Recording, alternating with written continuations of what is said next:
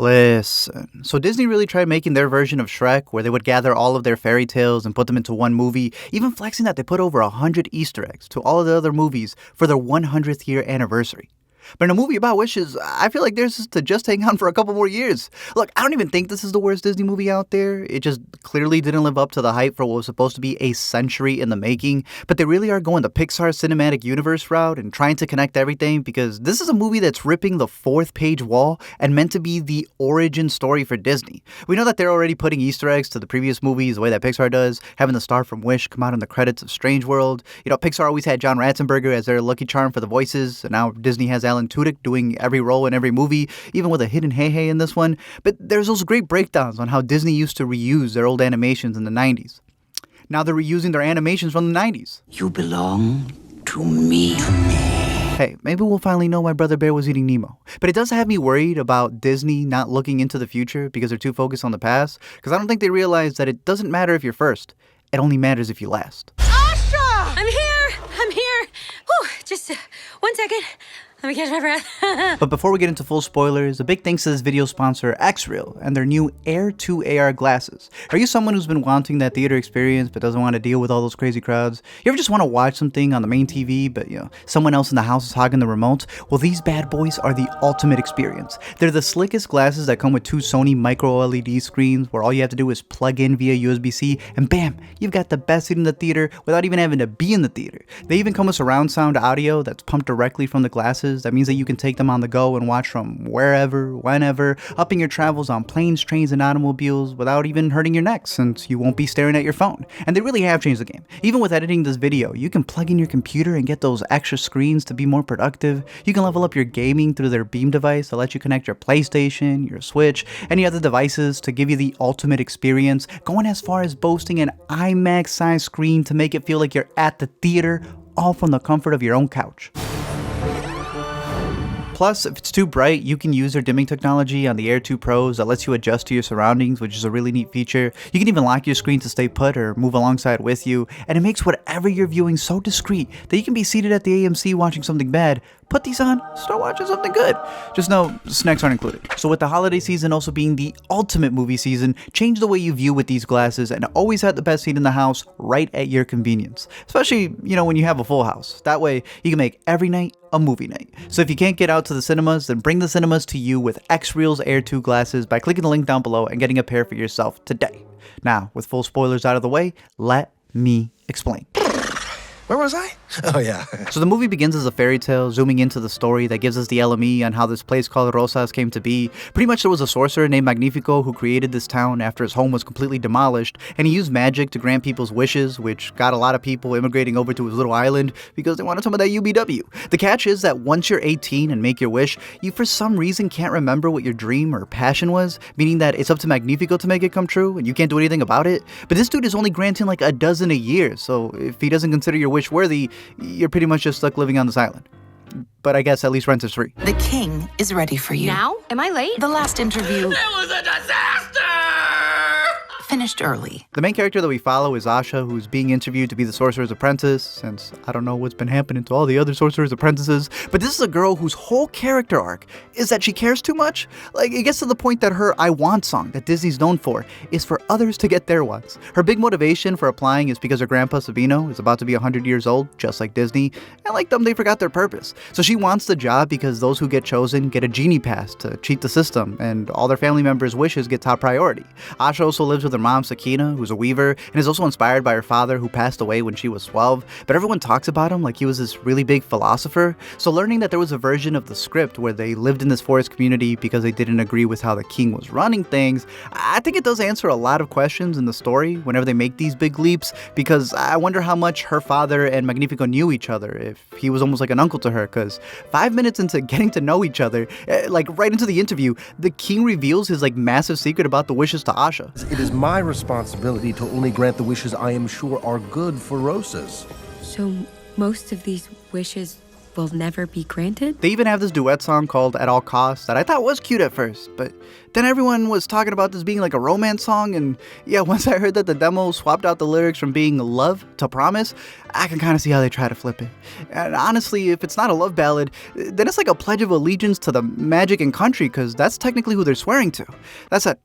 I don't mind Chris Pine singing in movies. But I loved Chris Pine. I thought he was so delicious. His King Magnifico is sexy. Am I allowed to say that? I don't know. I am a handsome king. Problem is, he's not as good as his looks. Asha then finds out that her grandpa's wish is to inspire the next generation. But then that gets denied because Magnifico chooses what's best for Rosas, and to him, if he thinks the wish is too vague, then it's automatically going to be a mob, a riot. It's going to overthrow the country. So he doesn't feel like he's taking anything away from the people because in his mind, they all came to him. They all moved there because they couldn't make their wishes come true. That's why he then gives it to a random seamstress, not the grandpa, when they do the wish ceremony. Because when you really look at it, there is some logic to what he's saying, because what if there were two people who wanted to be the best designers, the best seamstresses? Like, only one could come true, so a lot of people's wishes would have to be compromised, like, just naturally. That said, I do agree with the movie saying, never depend on a politician to get you through. Let's try something new. After Magnifico grants somebody else's wish just to spite Asha, she takes the news home to her family, but her grandpa doesn't want to hear that their wishes can't happen, aka he can't handle the truth, so it kind of puts a rift in the family, leaving her to run away. In song. And that's the goofiest part of the movie. Like, Disney songs used to be these really poetic, really powerful things that would make you feel what the characters were going through. And here, they're stuffing so many lyrics into the verses just to spell out everything that's happening in the movie. Like, it really is hard to get excitatory when every line is just expository. But if you just see the mushrooms, then you'll understand. So your dust is my dust? That's when Asha heads over to the cliff that her and her father used to always hang out at, and she wishes upon a star, unlocking that bad boy like she's Mario. And that's when she starts tripping more than Alice in Wonderland. She goes from Animal Kingdom to Magic Kingdom as she starts seeing these talking trees just like in Pocahontas. All these animals have hopped over the hedge, and now Alan Tudyk is using his clay voice to voice Valentino the goat. There's Stumper, there's John, there's Bambi. Thanks for not eating me, John. Don't mention it, Bambi. But at a certain point, they went from homaging Tinkerbell to looking like they were tinkering with magic mushrooms. You're a star. Yeah, he's on that magic dust for sure. Really, this one's for the astrology girls, because when you look at it, Asha's name is supposed to mean wish and hope, and that star is meant to not really be magic, but the light that guides us to do something with magic along the way. So after wishing upon a star, Asha feels her horoscope says revolt. We are our own origin story. Careful! My mother was shaved for that yarn. We then meet Asha's friends, who are all based on the 7 dwarves from Snow White that are no longer 7 dwarves. They're teens, and each one shares the same initials to their original characters, as they have them all in their mugs in the kitchen. But you know that moment where they give you a sheet of paper to apply for something, and you see all the boxes with demographics? Yeah, Disney just said yes, and I really feel it's like Disney backtracking and trying to make up for stuff, because when you look at this story, you're telling me that a king has never felt threatened, never felt the need to use that extra magic book, until an Afro-Latina teenager applied for a job? Man, Disney is so goofy. They took their guilt of having to announce all of these inclusion initiatives and then called it a script. Disney is Magnifico. A lot of these lines don't even make sense in the story. It's just stuff they had in the closet. You can come out now. Thank you. I feel safe. And you even see it when you hear all these directors talk about how important Asha's braids are. And look, I agree, the company should expand, but you can tell they're doing it because they're in trouble and not because they're actually creating a world for these characters. People get smelled at. Because I'm asking you, who's importing the cocoa butter into Rosas? I have a few thousand questions, starting with, how is any of this possible? Looking at her friends, we've got Dahlia, who's supposed to be Doc, and she's Asha's right-hand baker buddy, whose characteristics are based off her voice actress. You got Gabo, who's clearly grumpy, and looks like that Do the Roar kid from Shrek. He just doesn't squeal. I made a wish on a star. What are you, 5? He's voiced by Harvey Guillén, who just did Puss in Boots 2, so he's been on a roll. Simon is clearly sleepy, voiced by Evan Peters, who at 18 already gave up his wish, leaving him looking like he's on antidepressants, because all of his charisma just got drained now that he doesn't know what his purpose is. Ramy Youssef voices Safi, who's sneezy, since he's always sniffling, even having that same animation where his hat pops off whenever he chews. Hal is happy, since he's always on the bright side. Bazima is bashful, and is more quiet than Dolores, while Dario, with his wiggly ears, is dopey, making him the Shaggy of the group. You okay, Asha? Something's up with you. What are you hiding? Nothing! Life is to be lived. And nobody. The group hears out Asha and they agree to sneak into the castle to steal back the wishes that were stolen from them, starting with the star shooting into the office, hitting that rock, paper, scissors, and even getting the pen to do the Disney Channel logo thing. And all this is happening while Magnifico's putting out a search warrant. I believe I have just been threatened. Magnifico gathers everyone for a town meeting since he's made magic illegal unless it's him who's doing it, but that also gets everyone to start questioning him since they're not going to answer his wishes when he's keeping theirs frozen. Oh, yeah. And this is the thanks I get. That's when he sings his version of Mother Knows Best that people couldn't stop raving about online as he goes into his secret underground dungeon and crushes their wishes, realizing that he can absorb their powers. So this man has been ruling for how long? And he never found this out by accident? As soon as he does that, Asha's mom feels it get drained out of her and even compares it to the grief of losing her husband, which I thought was pretty profound. Until you remember, I feel like she's already living out her wish, so I feel like the logic just flips and flops more than their blockbusters. After attacking their house, they tangle up the guards, and they escape to an island by having Valentino tell Maximus to let them go. From one domesticated animal to another. Help us! The excuse the movie uses for Magnifico all of a sudden turning super duper evil is that the magic book is what's binding him and he really can't help it, so you don't even have to go in depth to his character because, they just throw it up to magic for why he's doing what he's doing. Plus, there's a Snow White apple on his desk with a skull, so he has to be the bad guy. But in a weird way, when you really look at it, he was kind of right about the wishes and how he had mentioned that they could be dangerous and could lead to them overthrowing the kingdom. Because they do end up overthrowing the kingdom. And you know that once they do, they're not even going to tell you what they do differently to him. It's just going to say happily ever after and they cut to credits. And it's weird to see a movie that's really meant for kids telling them to question authority more than I expected them to, especially when it's less subliminal than when the DuckTales told you to ask them about the Illuminati. In a twist of events, Simon says snitch, leaving Magnifico to grant him his wish of becoming a warrior, since he's the one who told him that Asha's the one that they're looking for.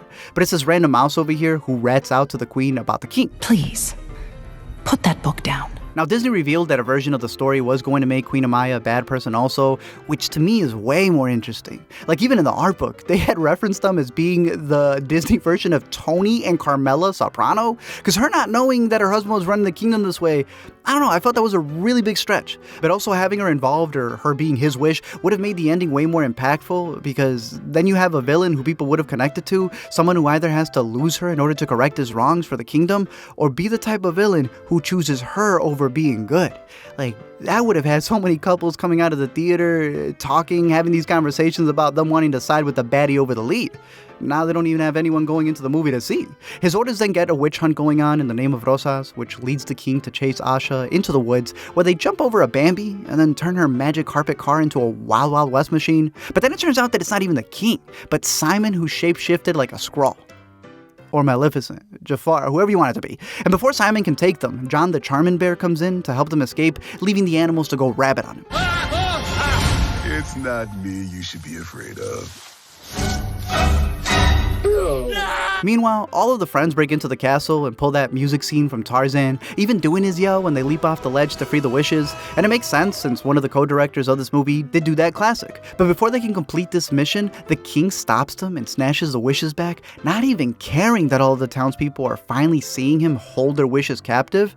Not to mention, this dude smacks his wife in public. So after sucking the star in his wand and trapping it, he thinks he's drained the whole town and that they're under his control, not realizing that he's actually inspired them to come together and sing. Because now they have a collective wish, and that's to get the out of there. I just want their wishes to have a chance.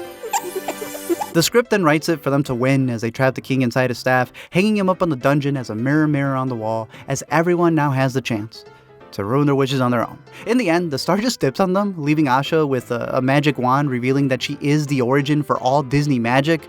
And it turns out, she's not your grandmother's godmother. Now, besides it being a story that says you can do it all on your own, as long as you have a couple of superpowers, it also leaves Asha in Magnifico's position, where now she has a wand and has to decide which wishes she has to grant. And they completely ignore that. They just end the movie with her magically modifying a chicken and then they cut to credits. But the more that I thought about it, the more that I sat there, the more I pondered. Yo, Asha created crime. You could just give them back. Then, I don't know, the people can try to pursue them themselves. If they're dangerous, then they can be stopped. But if they're not... You've completely missed the point. Look, I'm not saying that the place was great. Obviously, Magnifico did this because his place was under turmoil, his hometown, and so, he kind of had a really tight grip with security for this new place. But crime was lower than their box office numbers when he was running. Now, Asha may have given their wishes back, but she also pretty much created all of these Disney villains that she claimed she was going to look over just for them to take over. So while Magnifico stopped a lot of good from happening, Asha allowed all the bad. 3, 2, 1. Now getting into these Disney theories, you first have Magnifico, who feels like he's a stand-in for Disney. They have the same infinity logo that he does with the magic, which is what the star does when it enters, and it's also what their new logo does for the century. So it really does feel like them saying, yo, we're Magnifico, and man, after 100 years of magic, this is the things we get. Yeah, these movies ain't free, and the theme parks ain't cheap. But it's also a flip on what Shrek did with Farquaad, where he was supposed to be based on a grouchy producer who the animators called, which became Farquaad. And here Magnifico's kind of the same thing. They even said in the behind the scenes that a lot of the wishes in the movie are supposed to be based on animators who were posting them up in the studio when they were working on the movie. So Magnifico crushing their dreams about Neverland and perfect nannies and true love, they're not just Easter eggs, but they're like calling out those bad producers who would ruin movie pitches. Honestly, having this man destroy more Disney projects than Bob Iger. Oh! What am I looking at? That is a unique talent. Do we call it a talent? And it's sad because there's a lot of movies that have tried to copy Disney, and now they're copying themselves. And since they're doing this chicken and the egg thing, any of your favorite Disney movies that feel like they're being homaged here from the movement, colors, and lines, it's all supposed to be an anniversary celebration. And it stinks because you can tell this isn't what they planned for their 100th year. Like Snow White was the first animated feature film that Disney did, and it changed the game. And they did have a Snow White live action movie that should have been lined up for this anniversary. And that thing got pushed back. Even the short film that plays before this, which is Once Upon a Studio, had already premiered, so they're even recycling that. Might as well get through all the bad stuff right up front. So getting into all the Universal Easter eggs, you do have this animation that's meant to look like the classic storybook drawings. They even made the movie in CinemaScope, just like Snow White was, so they can stuff as many Easter eggs in there. But I am kind of split when it comes to the watercolor 2D, 3D blend that they did, because I appreciate something different. But it looks pretty uncanny. I know they based it on their shorts where they were already testing out these techniques, but sometimes you're looking up at that screen and it felt like those knockoffs that you see at the dollar store. So it is wild that everyone used to bum off Disney and their style, because now their Wish looks like they got it off Wish. Oh, no you don't. Oh, wait. I don't actually care. We then have the credits that go through all of the classics down to the modern movies, because again, this one is supposed to be the first Disney movie that introduces the magic that sparks the rest of them. It's even written by the head honcho right now of Disney, Jennifer Lee, who is controlling the stories. And that's when you even have the after credit where the grandpa's wish of writing a song that inspires people ends up being When You Wish Upon a Star from Pinocchio, which plays before every Disney movie. So one, they're thinking pretty highly of themselves, but two, that does make this the origin story for their cinematic magic kingdom. And you even have that intro that goes through the map of all of their stories just like Thrones does. That means that all those old Easter eggs are even more in universe, like when Hunchback had Pumbaa as a statue, when Hercules was dripped out with Scar as a hoodie, when Sebastian nipped Genie, even the magic carpet was getting dusted off in Princess and the Frog. And honestly, most of those were true Easter eggs where they were just calling out previous movies, but what Pixar did was get people to theorize that those hidden clues meant all the movies were connected. So now when I'm looking at that Mulan poster in Lilo and Stitch, it has me wondering if they're pulling a Tarantino and having some movies be movies within movies. You then have all the new ones, like in this one where the seamstress is making Aurora's dress, or Valentino, who mentions a metropolis where all mammals are equal and wear clothes, just like Zootopia. Well, I've known the entire time. Looking at a lot of the other modern ones, we had Rapunzel show up in the wedding for Frozen. There was that magic flower in Moana, along with what I'm pretty sure is the melted corpse of Olaf. We've been seeing Baymax's face pretty much everywhere. How Wreck-It Ralph ran a PA meeting with all of the DPs. Even the box office here is a really neat homage to how Strange World tanked. So with Asha becoming the origin story for the fairy godmother who grants wishes, I'm very curious to see how that gets tied into all of the other stories. And when in the timeline she gets Michael Jackson. On top of that, the Stardust isn't just the magic behind the movies, but as you see here, it literally makes up the title. I'm just wondering how much of this star is connected with this major rebrand that they're trying to do, since they're about to lose Mickey. That's why at the end, the firework dust makes up the mouse head above the castle right before the storybook closes, since when you really look at it, the star is just Mickey reanimated. It's also a big nod to Mickey. There's like a heart-shaped mask around the eyes and the mouth, which is Mickey. Obviously, they'll come up with something that comes before the star, like celestial, I don't know, eternal. Eventually they'll realize that Kingdom Hearts is the story they've been trying to write all along. I just really hope that this isn't a way for them to just keep the rights again, since the biggest thing that's happening by next year is Mickey becoming public domain, which means that anyone, anywhere will be able to use the designs, the personalities, and that cartoon mouse in whatever way they wish. Frozen 3 is in the works, and there might be a Frozen 4 in the works too, but I don't have much to say. Meanwhile, those sequels have the company more frozen than Walt.